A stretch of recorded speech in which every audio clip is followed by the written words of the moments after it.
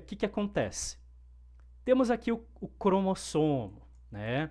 Lembra que eu falei que o cromossomo não faz nada? Eu quero que vocês pensem no cromossomo como apenas uma biblioteca, um arquivo de informações.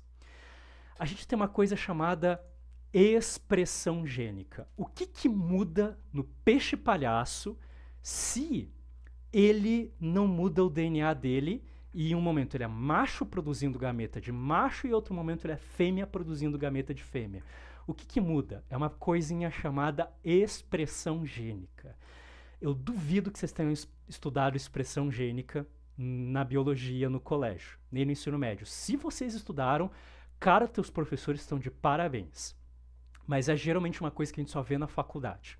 O que é expressão gênica? É basicamente a definição de expressão gênica. O processo que utiliza a informação do gene para produzir um produto funcional. Esse produto funcional geralmente é uma proteína, tá? Então você vai ter lá uma molécula, tá? Vamos chamar isso aqui. Proteínas geralmente são mega longas, tá? Cadeias proteicas são longas.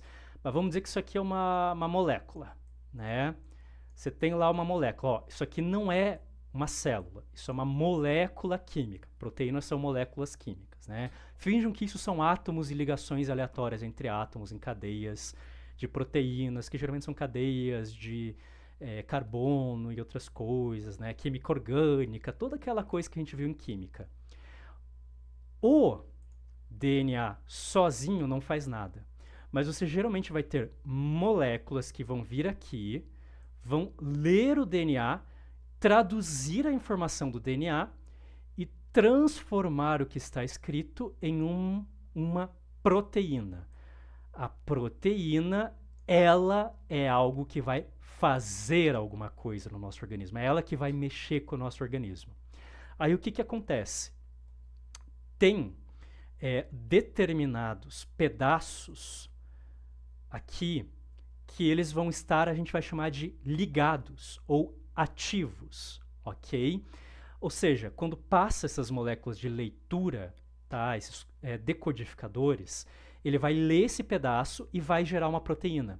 Porém, geralmente por motivos ambientais, motivos exógenos, existem pedaços que não estão ligados, que estão desligados, que estão inativos. Então você tem pedaços ativos e pedaços que não estão ligados. Veja, esse pedaço ainda está do teu DNA. Teu DNA não mudou.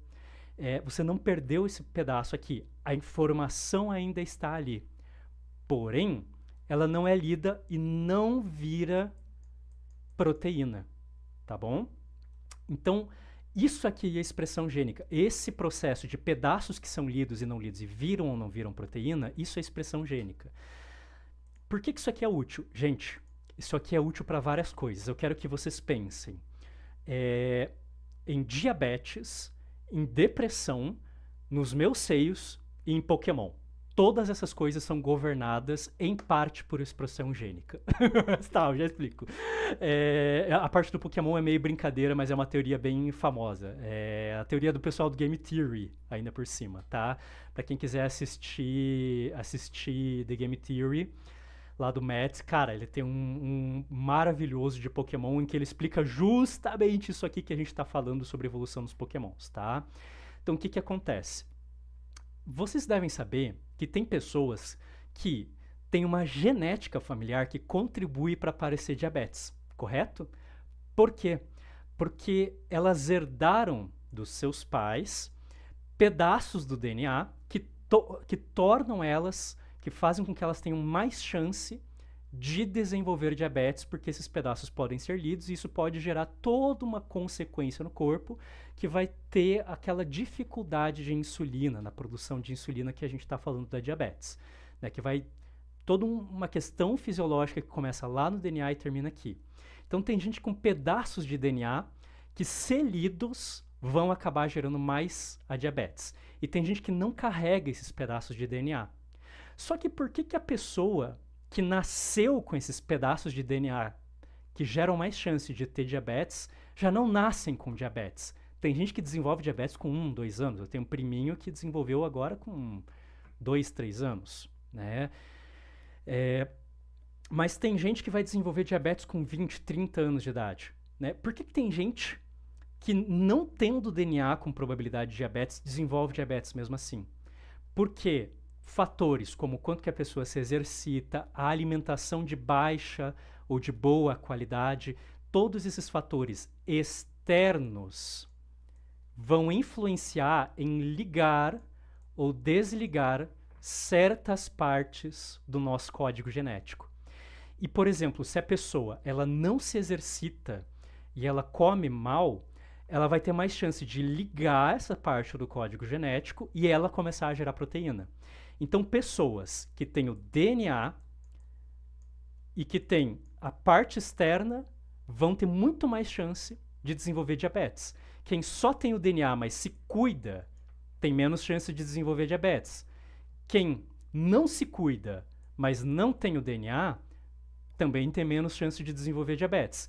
E quem não tem o DNA e também se cuida, cara, essas são as pessoas que têm menos chance de ter diabetes, por causa da expressão gênica, ok? Meus seios é a mesma coisa. Eu nasci com genes que vão dizer qual vai ser o tamanho dos meus seios. E aí vai vir. Só que só quando eu começo a usar estrogênio, que é esse fator externo, é que eu começo a desenvolver seios. Então, o tamanho dos seios que eu estou desenvolvendo não tem a ver com quanto de estrogênio eu estou usando, mas sim o que já estava na porcaria do meu código genético desde que eu nasci. E eu tenho uma má notícia para pessoas que gostariam de me ver com seios grandes. Eu provavelmente vou ficar com seios muito pequenos, porque dos dois lados da família, quase todas as mulheres têm seios muito pequenos. Eu já tenho seios que são quase maiores, ou talvez do mesmo tamanho, que os seios da minha mãe, sem a prótese mamária que ela tem. Sim, eu acabei de começar a hormonização, meus seios acabaram de crescer, e se for desconsiderar o silicone da minha mãe, eu já tenho basicamente o mesmo seio que ela tinha quando ela tinha a minha idade.